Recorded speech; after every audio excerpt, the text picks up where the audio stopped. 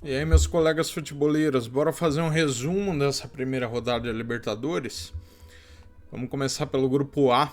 O Flamengo perdeu para o Alcas. O Alcas tem 3 pontos e o Racing também, né? O Racing ganhou do Poçante Nublense por 2-0. O Flamengo perdeu de virada por 2-1 para o Alcas. Tem vídeo no canal falando dessa derrota do Flamengo. E a minha expectativa era que o Racing derrotasse o Nublense mesmo. Mas eu, sinceramente, esperava que mesmo o Flamengo jogando futebol pobre nesse começo de temporada fosse capaz de derrotar o estreante Alcas no Equador. Não foi o que aconteceu. Vocês estão vendo aí o gol mais bonito da rodada, que foi o primeiro gol do Racing contra o Nublense, antes do meio campo, né? O Racing fez o que se esperava, né? Derrotou com tranquilidade a equipe chilena. E agora na segunda rodada vai receber o Alcas, enquanto o Flamengo recebe o Nublense. Bom, em tese é uma rodada para voltar à normalidade. A gente espera o Racing indo a 6 pontos e o Flamengo indo a 3 para brigar com o próprio Racing pela primeira posição do grupo. Mas o Flamengo tem que dar uma melhorada, né, gente? Se continuar desse jeito aí, vai correr um risco desnecessário, porque é uma chave muito fácil essa do Flamengo. O grupo A surpreendeu na primeira rodada, mas eu não mudo a minha ideia de que o favorito junto com o Racing é o Flamengo. Quanto ao grupo B, gente, depois dessa primeira rodada, o Nacional do Uruguai ficou com 3 pontos, o Inter e o Independiente de Medellín com 1, com 0 pontos o Metropolitano da Venezuela. Tem vídeo no canal falando sobre essa estreia do Inter, bastante decepcionante, mas eu já imaginava o empate, tá? Pelo que o Inter vem apresentando ao longo da temporada, apesar de ter uma equipe nitidamente mais qualificada do que o Independiente Medellín. O trabalho do Mano Menezes nesse começo de ano é muito questionado, e o fato é que o Inter ano passado fez um campeonato, um campeonato brasileiro acima do que eu esperava pela qualidade do elenco, tá? O Inter na próxima rodada vai receber o time da Venezuela em casa, enquanto o Nacional vai receber o Independiente Medellín. Caso as coisas caminhem como a gente prevê, né? O Nacional vai se manter na primeira posição, fazendo 3 ou 1 ponto em casa, e o Internacional vai fazer 3 pontos contra o time da Venezuela. E aí, para decidir contra o Nacional do Uruguai, quem vai passar em primeiro no grupo. O desempenho não foi legal, tá? Mas o Inter, em termos de classificação, tá totalmente vivo, né? Porque um pontinho conquistado fora é só ganhar do Medellín em casa, que o Inter tá praticamente classificado já para a fase de mata-mata. A minha expectativa, inclusive, é essa, apesar desse resultado, que o Inter passe. Eu não sei se em primeiro e em segundo, vamos ver os confrontos contra o Nacional do Uruguai. Grupo C, gente. Palmeiras começou com uma derrota pro Bolívar na Bolívia. Apesar de os clubes bolivianos terem começado bem em casa, né, o Strongest também ganhou, mas a minha expectativa era que o Palmeiras arrancasse o empate lá, mesmo com o time reserva, tá? Pela diferença de qualidade técnica. Mas o fato é que o Palmeiras continua cometendo alguns erros disciplinares. Não é a primeira vez que o Palmeiras tem jogador expulso na Libertadores sob o comando do Abel Ferreira. Essa é uma parte que o Palmeiras não conseguiu corrigir. O Bolívar também teve jogador expulso. Mas o fato é que o Palmeiras já se coloca numa situação decisiva para a próxima partida, né?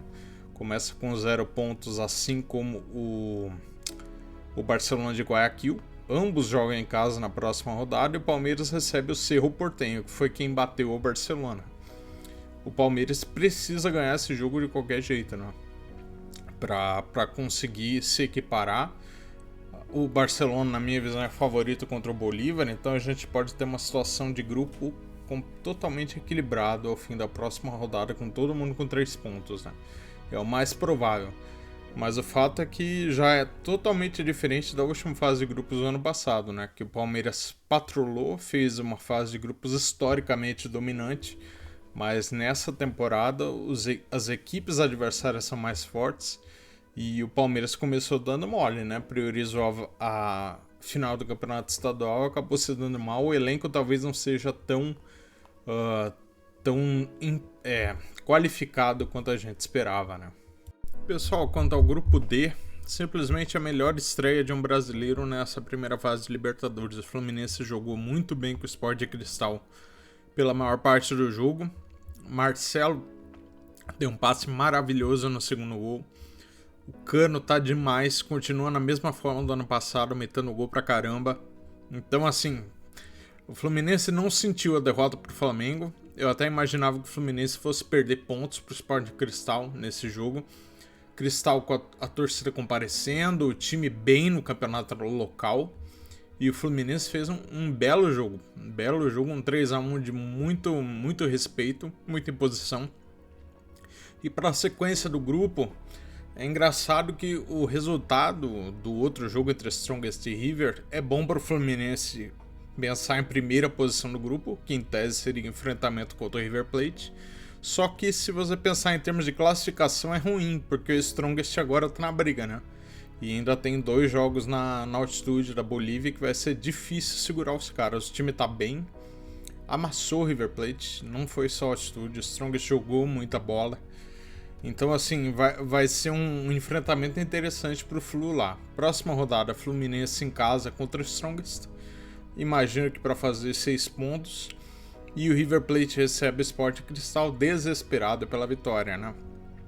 Enfim, um início muito bom para o Fluminense. E o fato do River ter perdido pode ajudar também a equipe carioca já encaminhando essa primeira vaga no grupo.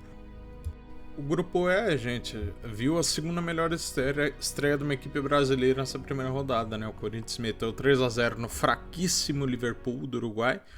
Porém, só Corinthians e Fluminense ganharam seus jogos, né? Então, no fim das contas, por eliminação, foi a segunda melhor estreia. Renato Augusto saiu machucado, que é uma preocupação muito grande para o Corinthians para a sequência da temporada.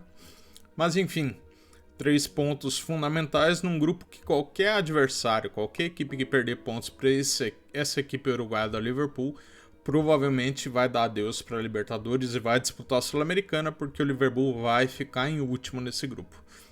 Na outra partida, o Argentino Júnior me surpreendeu. Eu achava que o Del Valle ia levar, mesmo sendo o jogo na Argentina.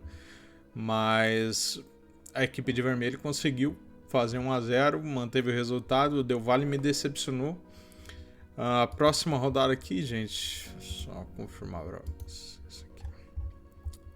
Próxima rodada, o Corinthians recebe o Argentino Júnior. E por sua vez, o Independente Del Valle recebe o Liverpool. Então a gente quase que tem certeza que o Del Valle vai meter 3 pontos. E o Corinthians precisa ganhar do Argentino Júnior.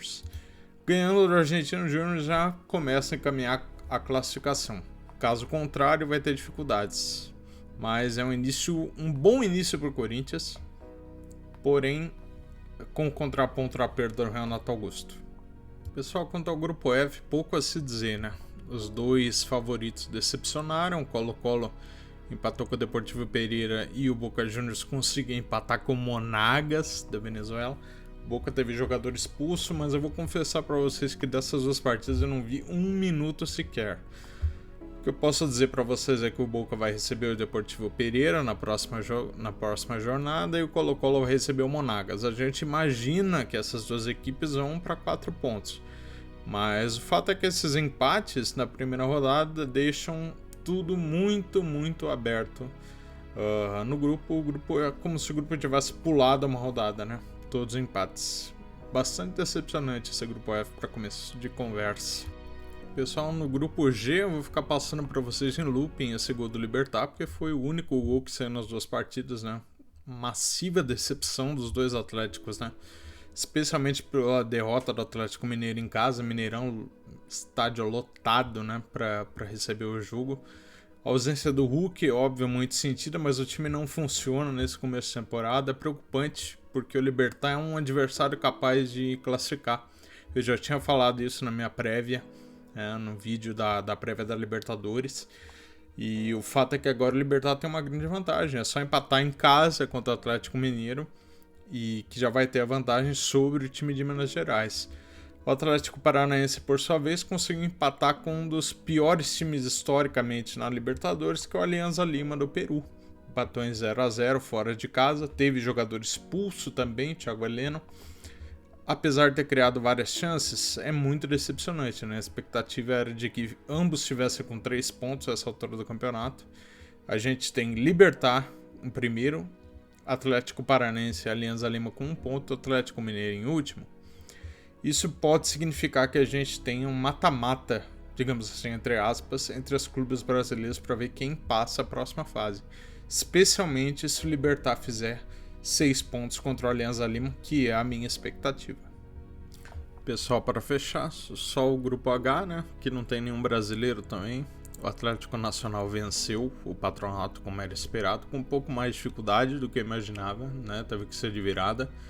E o Melgar segurou o empate com o Olímpia. O que isso me diz? Que o Melgar tem chance de incomodar nesse grupo, tá?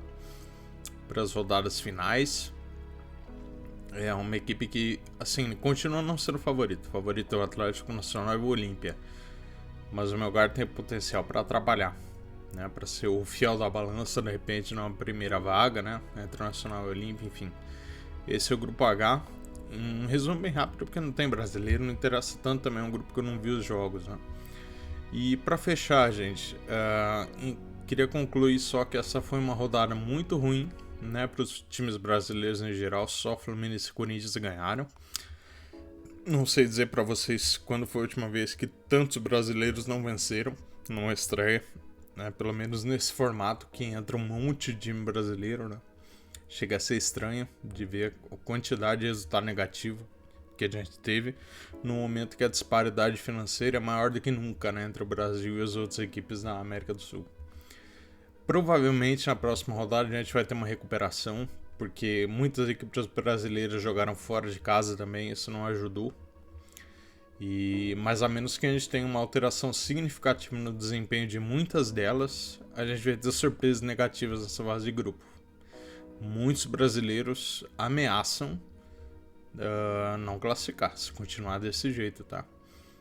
Expectativa é de melhora. Esperamos que os brasileiros façam o seu papel, que todo mundo espera o favoritismo amplo do nosso futebol. Muito obrigado pela atenção de vocês, gente. Valeu!